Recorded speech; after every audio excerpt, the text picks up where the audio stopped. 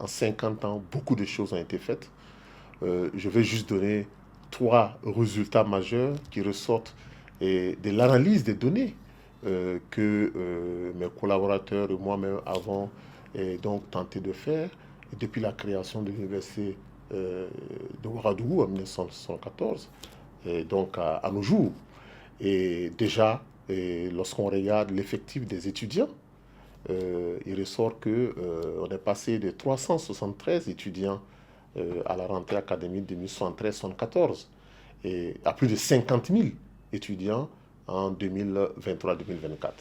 Voyez-vous, c'est une multiplication par un facteur d'environ 135 en termes de nombre d'étudiants.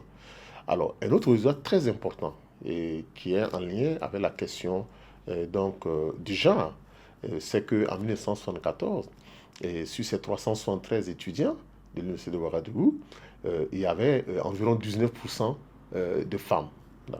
Mais en 2023-2024, nous sommes à 44% de femmes dans l'effectif des étudiants de l'Université de Joseph Kizerbo.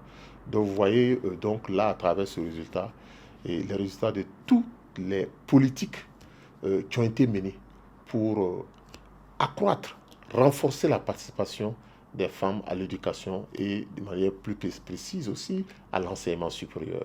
Et donc ça c'est aussi un des résultats majeurs qu'il convient de souligner.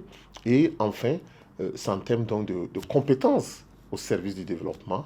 Et il ressort que sur les 50 années, c'est plus de 130 000 diplômés que l'Université de Joseph Kizerbo a eu à former. Donc vous voyez, cela fait environ 2600 diplômés en moyenne par an au cours donc, de cette période de 50 ans. Donc ce sont des résultats majeurs. Alors, et en plus de cela, vous le savez, de l'Université de Ouagadougou, aujourd'hui, nous avons quand même 8 institutions d'enseignement supérieur public. D'accord. Nous avons des universités, plusieurs universités publiques et des écoles supérieures de formation.